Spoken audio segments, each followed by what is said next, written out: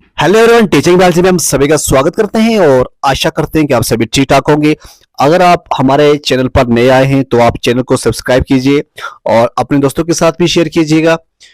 और आज का लेक्चर भी इकोलॉजी और बायोडाइवर्सिटी के ऊपर होगा। इसमें हम आज के लेक्चर में ए बायोटेक फैक्टर टू बायोस्फीयर और पोल्यूशन की बात करें, और उसके बाद जो इम्पोर्टेंट रहता है वो है नेचर रिसोर्सेज। इसका आज हम इस लेक्चर में सब कंक्लूड करेंगे, क्योंकि आज का लेक्चर जो है वो लास्ट लेक्चर रहने वाला है। उसके बाद हम बायोटेक्नोलॉजी के ऊपर लेक्चर लेकर आएंगे। जैसे यहाँ पे पहला क्वेश्चन क्या है, ब्लूम्स ओकर्स इन, ब्लूम्स कहाँ पे होते हैं। और यहाँ पे हमने कुछ गलत और रॉन्ग आंसर को टिक किया हुआ है ताकि आपको थोड़ा अट्रैक्शन मिले, ठीक है ना, आप अट्रैक्ट हो सके, अटेंशन, ठीक है। तो अटेंशन की वजह से हमने कुछ क्वेश्चन जो हैं वो रॉन्ग टेक किए हैं। देखो, जैसे ब्लूम्स ओकर्जन, क्या ब्लूम ओलिगोट्रॉपिक लेक में होता है या यूट्रॉपिक लेक में होता है या फास्ट फ्लोइंग रिवर में होता है। देखिए, अगर हम ब्लूम की बात करें, अगर हम ओलिगोट्रॉपिक, जहां पे टिक हुआ है ओलिगोट्रॉपिक की अगर हम बात करें, ये जो होता है ये होता है लो प्रोडक्टिविटी होती है। इसमें न्यूट्रिएंट का जो कंटेंट होता है वो कम होता है, तो इसका ये मतलब है ओलिगोट्रॉपिक के अंदर ब्लूम्स नहीं हो सकते। यूट्रॉपिक की बात करें, इसमें रिच न्यूट्रिएंट होता है और ये सपोर्ट करते हैं अलगल ग्रोथ की, तो इस वजह से तो हम कह सकते हैं कि जो ब्लूम है वो ओकर हो सकता है। तो इसका जो करेक्ट आंसर आएगा वो आएगा यूट्रॉपिक लेक। ओके,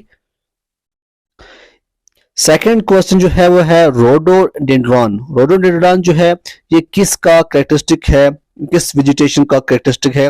तो ऑप्शंस में आपको ट्रॉपिकल रीजन्स, मैंग्रोव, एल्पाइन और एपिफाइट्स हैं। तो इसका जो आंसर आएगा वो आएगा एल्पाइन रीजन, ठीक है।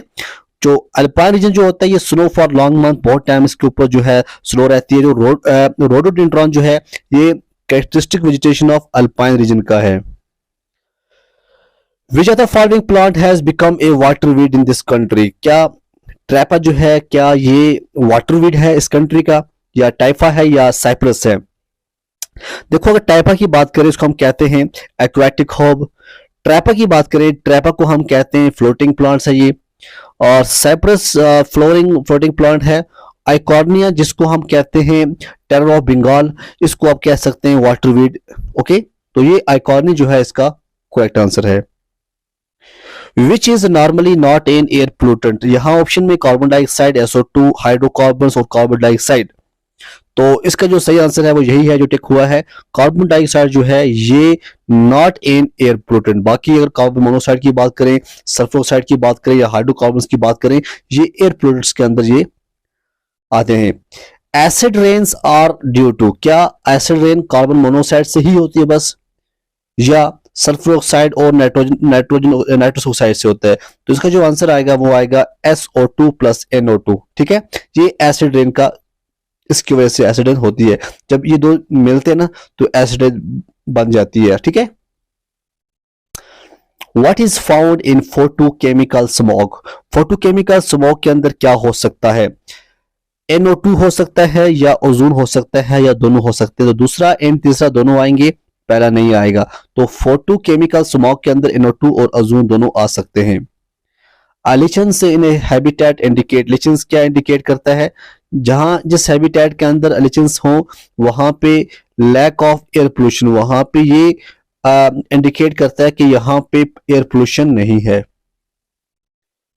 Green house effect, green house effect जो होता है ये मेनली ड्यू टू किसकी वजह से होता है। ये mainly due to carbon dioxide की वजह से होता है, नॉट कि CO से नहीं होता है बट CO2 से होता है, ठीक है। Which pollutant exhibit biomagnification in food. DDT, SO2, CO2 या PN। तो इसका जो आंसर आएगा वो आएगा DDT। Which pollutant exhibits biomagnification in food. Biomagnification food की जब फूड चेन की बात आएगी तो इसमें पोल्यूटेंट जो है DDT होता है, ठीक है। Which pollutant exhibit biomagnification in food, तो ये है DDT। Which will not cause any atmospheric pollution. तो जो हाइड्रोजन है ये कॉज नहीं करेगा। इन चार में से अगर हम बात करें, जो हाइड्रोजन है वो not cause any atmospheric pollution. Okay, which of the following is the main factor of water pollution. क्या हो सकता है, वो हो सकता है इंडस्ट्रियल वेस्ट, ठीक है। इंडस्ट्रियल वेस्ट जो है ये मेन फैक्टर है वाटर पोल्यूशन का। हालांकि बाकी भी हो सकता है, लेकिन हमें मेन बात करनी है, मेन यही होता है industrial waste. Okay, main air pollutants among the following, यहाँ अगर हम बात करें तो आएगा CO, क्या आएगा, carbon monoxide. Which is more important for water pollution, क्या साउंड आएगा, SO2 आएगा, साल्ट ऑफ आर्सेनिक आएगा, या सीवेज आएगा। साउंड आपको पता ही है वो नॉइस पोल्यूशन में आएगा, तो इसका जो करेक्ट आंसर आएगा वो क्या आएगा, सीवेज। ओके, सीवेज जो है इसका करेक्ट आंसर है वाटर पोल्यूशन के लिए। Okay, which of the following atmospheric pollutant is not produced by the exhaust of motor vehicles in Delhi? तो इसका आंसर क्या आएगा, इसका आंसर आएगा fly ash, not hydrocarbon gases. Question अगर आ जाए which of the following atmospheric pollutants is not produced by the exhaust of motor vehicle in Delhi, तो फ्लाई ऐश जो है इसका करेक्ट आंसर है। Pollution can be controlled by, अगर pollution को कंट्रोल करना हो तो हमें सीवेज ट्रीटमेंट करनी होगी, हमें एटॉमिक ब्लास्ट को चेक करना होगा, हमें मैन्युफैक्चरिंग इलेक्ट्रिकली ऑपरेटेड व्हीकल्स को लाना होगा। तो ऑल ऑफ द इबो जो है इसका करेक्ट आंसर होगा। If water pollution continue at its present rate it will eventually, अगर हम वाटर पोल्यूशन की बात करें, अगर ये continue at its present rate, तो ये क्या कर सकता है, ये ऑक्सीजन मॉलिक्यूल्स को unavailable to water plants, make oxygen molecules unavailable to water plants. ठीक है, ये इसका आंसर आएगा।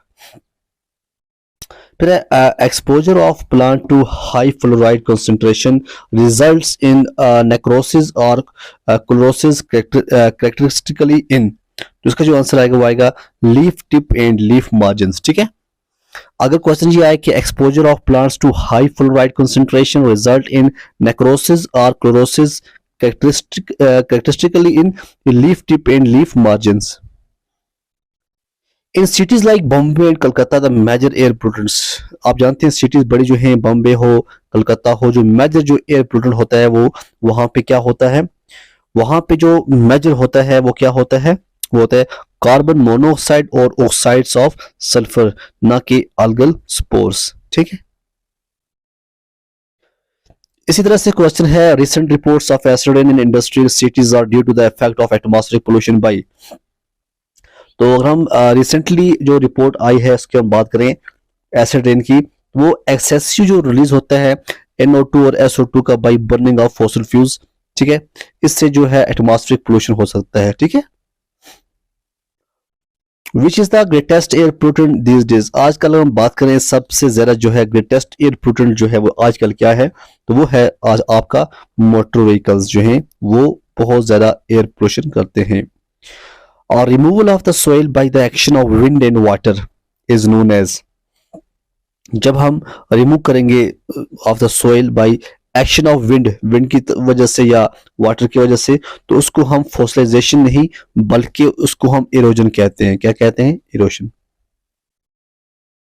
इसी तरह से है यूट्रिफिकेशन रेफर्स टू, यूट्रिफिकेशन की बात करें, यूट्रिफिकेशन में लो प्रोडक्शन इन टेरेस्ट्रियल नहीं होता है। ठीक है, बल्कि इसमें जो प्रोडक्शन होता है हाई होता है इन एन एक्वेटिक इकोसिस्टम। ठीक है ना।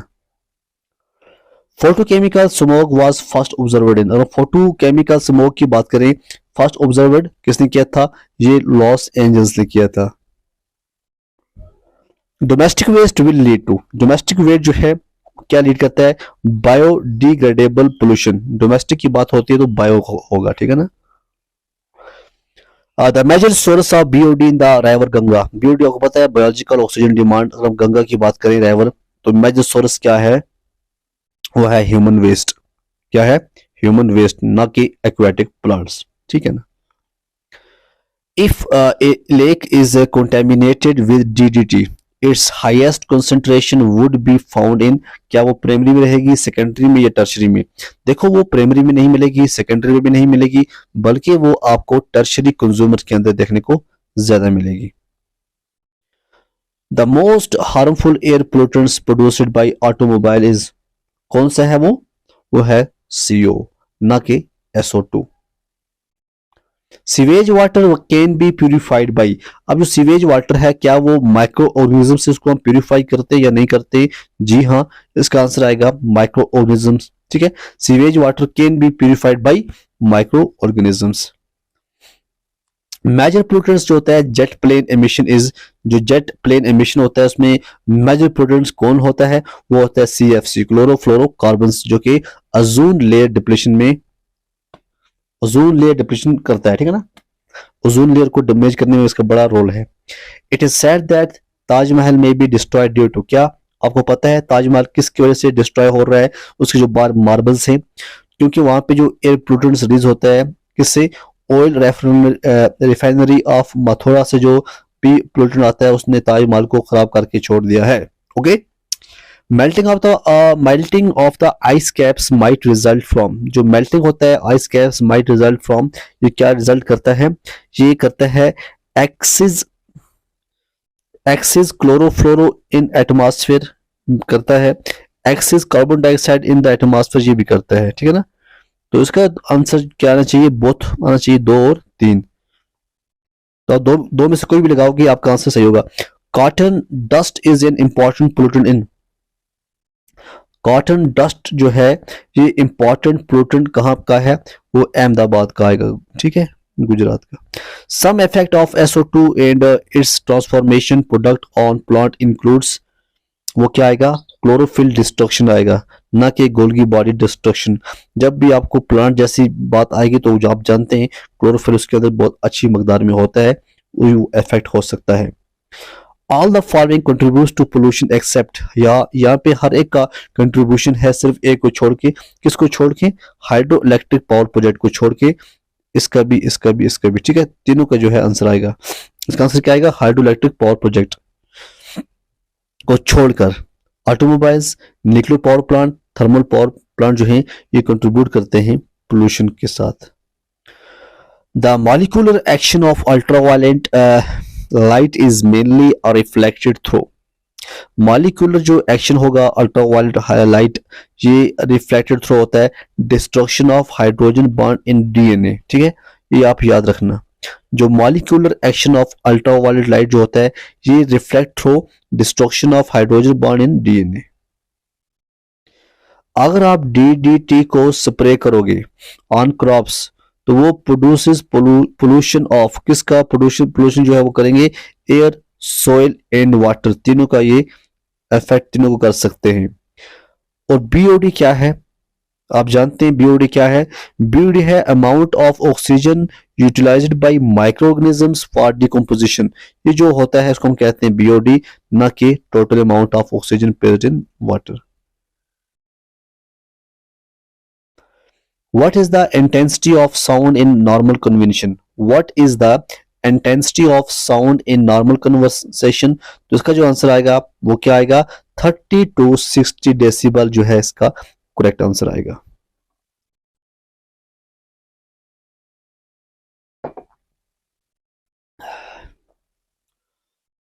Which of the following is absent in polluted water? Option से hydrilla, water hyacinth, larva of stone fly या ब्लू ग्रीन अलगे। तो ये आएगा लार्वा ऑफ स्टोन फ्लाई।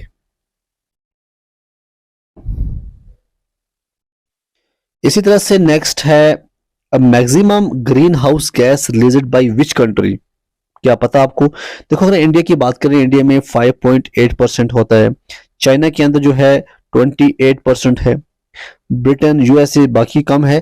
तो यहाँ पे अगर हम बात करें ज्यादा जो है वो चाइना के अंदर है, ठीक है। तो इसका आंसर क्या आएगा? चाइना। अगर USA होता तो हम लिखते USA, बट US यहाँ पे है नहीं तो चाइना ही आएगा। Ozone layer of upper atmosphere is being destroyed by, वो होता है CFC, क्लोरोफ्लोरोकार्बन, CFC की वजह से जो है, ना कि सल्फर डाइऑक्साइड की वजह से। Most hazardous metal pollutants of automobile exhaust is, most hazardous metal pollutants of automobile exhaust is, वो क्या आएगा? वो आएगा आपका PB, जो हम कहते हैं लेड, ना कि copper. BOD is connected with, ये ऑर्गेनिक मैटर के साथ भी कनेक्ट है, माइक्रोब्स के साथ भी कनेक्ट है, तो आंसर का आएगा both. BOD is connected with both। उसके बाद है जी phytotron. Phytotron is a device by which, देखो फाइटोट्रॉन एक ऐसी डिवाइस है जो plants are grown in controlled environment, इसको हम कहते हैं फाइटोट्रॉन। ठीक है, फाइटोट्रॉन कौन सी डिवाइस है जहां पे क्या होता है, प्लांट्स को ग्रो किया जाता है कंट्रोल्ड इन्वायरमेंट के अंदर। Which is not a renewable source, वो है कोल। ठीक है, बायोस्फीयर रेफर्स टू, बायोस्फीयर कौन किसको रेफर करते हैं, एक ऐसा एरिया जहां ऑक्यूपाइड बाय लिविंग बींग्स, इसको हम कहते हैं biosphere. Which of the following is the non conventional source of energy, which of the following is the non conventional source of energy, तो ऑप्शंस में आपके बहुत सारे हैं, तो जो आंसर आएगा इसका solar radiations. Petroleum resource is, petroleum resource क्या है, देखो जो पेट्रोलियम है ना वो है नॉन रिन्यूएबल, क्या है वो, non renewable. Red data book जो है is famous for, red data book जो है वो किसके लिए फेमस है, वो एंडेंजर्ड प्लांट्स और एनिमल्स उसके अंदर उनके नाम लिखे जाते हैं, तो इसीलिए वो फेमस है। जो ग्रीन बुक होती है, ग्रीन बुक क्या कंटेन करती है, ग्रीन बुक कंटेन करती है list of rare plants grown in botanical gardens. ठीक है, अगर पूछा जाए ग्रीन बुक क्या करती है, ये list of rare plants grown in botanical garden. ठीक है, ऐसा मेथड जहां पे इंडेंजर्ड प्लांट स्पीशीज को कंजर्व किया जाता है इन ए बॉटनिकल गार्डन या कुछ कंट्रोल्ड सर्कमस्टेंसेस में, तो उसको हम कहते हैं एक्स सीटो कंजर्वेशन। क्या कहते हैं, एक्स सीटो conservation. Which one of the following may be the reason for extension of plant species due to human activities, तो वो क्या है, वो पोल्यूशन है, एवोल्यूशन है, अर्थक्वेक है या डिजीज है, वो आपका पोल्यूशन है। क्या है, pollution. The main aim of plant conservation is, main aim क्या है प्लांट कंजर्वेशन का, to conserve the necessary ecological activities in life supporting system, to conserve species diversity in range of genetic material, ये दोनों इसका answer आएंगे, तो both of the इबो जो है इसका करेक्ट आंसर है। Which of the following species is in endangered state, तो यहाँ पे अगर हम बात करें इंडियन बस्टर्ड जो है या राइनो है, एशियाटिक डोंकी है, ब्लैक बक है, ये जो है सभी आते हैं किसके अंदर, एंडेंजर्ड के अंदर। ठीक है, उसके बाद है वाइल्ड लाइफ प्रोटेक्शन एक्ट, आप सभी जानते हैं 1972 1972 में जो है ये इनेक्ट हुआ है। Number wild life is continuously decreasing, wild life जो है वो उसके नंबर जो है दिन ब दिन कम हो रहे हैं ना कि ज्यादा हो रहे हैं। What is the main reason of this, तो इसमें क्या मेन रीजन क्या है, तो जो मेन रीजन देखने को मिला वो है डिस्ट्रक्शन ऑफ हैबिटेट। जब आप हैबिटेट उनका डिस्ट्रक्ट करोगे, वहां पे फैक्ट्रीज लाओगे, वहां पे रोड्स लाओगे, वहां पे आप और कुछ एक्स्ट्रा फैक्ट्रीज लाओगे ना, तो उससे क्या होगा, जो वाइल्ड लाइफ है वहां से भाग जाएंगे। What of the following is associated with the conservation of forest, तो यहाँ पे काजीरंगा नेशनल पार्क है, गाना है, साइलेंट है, तो जो ये साइलेंट वैली जो है नेशनल पार्क जो केरला के अंदर नलगिरी हिल्स के अंदर आती है, अगर हम डिस्ट्रिक्ट की बात करें पालाकाड डिस्ट्रिक्ट के अंदर आता है, तो ये एसोसिएट है कंजर्वेशन ऑफ फॉरेस्ट के लिए, silent valley national park. Okay, उसके बाद है carbon cycle includes the following is a logical sequence. Carbon cycle की बात करें, इसमें आपको लॉजिकल सीक्वेंस में बताना है, पहला प्रोड्यूसर आएगा, फिर कंज्यूमर आएगा, फिर डिकम्पोजर आएगा। ठीक है ना, तो ये जो है इसका पहला ही सही है। इसी तरह से दूसरा क्वेश्चन है the bulk of nitrogen in nature is fixed by, जो नाइट्रोजन का बुल्क है नेचर में वो फिक्स किसकी वजह से होता है, वो होता है सिम्बियोटिक बैक्टीरिया की वजह से, सिम्बियोटिक बैक्टीरिया की वजह से। ठीक है, the flow of materials from a non-living components to living components and back to the non-living components in a more or less cycling manner is called, उसको हम कहते हैं बायोजियोकेमिकल साइकिल्स। क्या बोलते हैं हम इसको, biogeochemical cycles. Which is best for plant growth, plant growth की बात करें सबसे बेस्ट क्या होगा, कौन सा होगा, जो लोमी सोइल होती है वो बेस्ट होती है किसके लिए, फॉर प्लांट ग्रोथ के लिए। The least porous soil among the following, least porous जो सोइल है इनमें से कौन सी है, वो है clay soil. The science dealing with soil is called, उसको हम बोलते हैं पेडोलॉजी। ठीक है ना,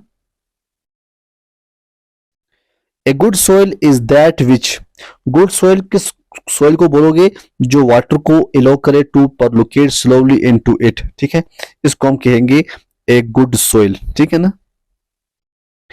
इसी तरह से है the soil near the surface, the soil near the surface is usually darker then the soil about 1 meter down, this is because the top soil is, क्योंकि वो होती है रिचर इन ऑर्गेनिक मैटर, इसी वजह से वो ब्लैक देखने को मिलेगी।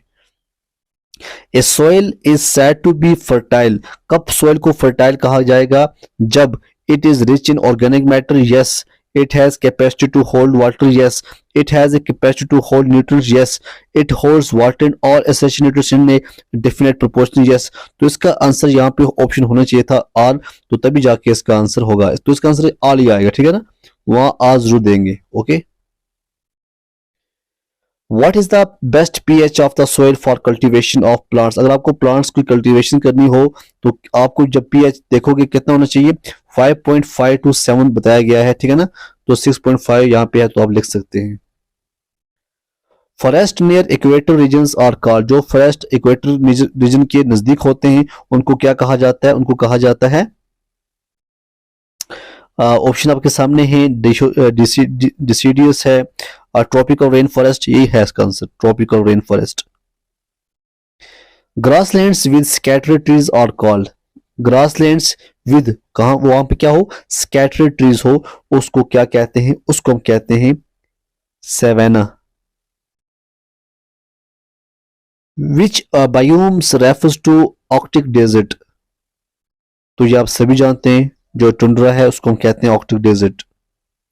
विच biome is most rich in fauna and flora, इनमें से बताना आपको कौन सा बायोम जो है मोस्ट रिच इन फोना और फ्लोरा जो है, तो इसमें आपको आएगा answer tropical rain forest. Which biome is most rich in fauna and flora, तो वो है जहां पे ज्यादा क्या हो, फ्यूना और, which biome is most rich in fauna, ये ट्रॉपिकल रेन फॉरेस्ट, ठीक है ना। Uncommon coloration of leaves appears only in, कहां पे, only in temperate deciduous plants, uncommon coloration of leaves appears only in temperate deciduous plants। wilds of Africa and pampas of South America are, ये क्या है, ये हैं, कोई पूछेगा आपको, आप बताना ये ग्रासलैंड बायोम्स हैं, क्या है ये आपकी ग्रासलैंड बायोम्स। सेवानाज और सेवानाज क्या है, ये ग्रासलैंड विद स्कैटर्ड ट्रीज, इनको हम कहते हैं savannas. All the living organisms and non living factors of the earth constitute, ये क्या कंस्टिट्यूट करते हैं, ये कंस्टिट्यूट करते हैं biosphere. The term biosphere is used for the zone of the earth where life exist in the lithosphere, hydrosphere and atmosphere. A biosphere is composed of, biosphere compose किसका होगा, living organism का, lithosphere का, atmosphere का और hydrosphere का। तो ये था आज का, हमने इसी में पूरा कंप्लीट किया इस लेक्चर में। तो जो भी आपके कॉन्सेप्चुअल क्वेश्चन, बड़े इंपॉर्टेंट लेक्चर्स हमने लाए आपके लिए, ताकि आपका जो एग्जाम है वो अच्छी तरह क्लियर हो सके और आपको कोई अच्छी, जितना आपका अच्छा टॉप रैंक अच्छा होगा, इतनी आपको अच्छी कोई ना कोई यूनिवर्सिटी, अच्छी कॉलेज मिल सकती है, ठीक है।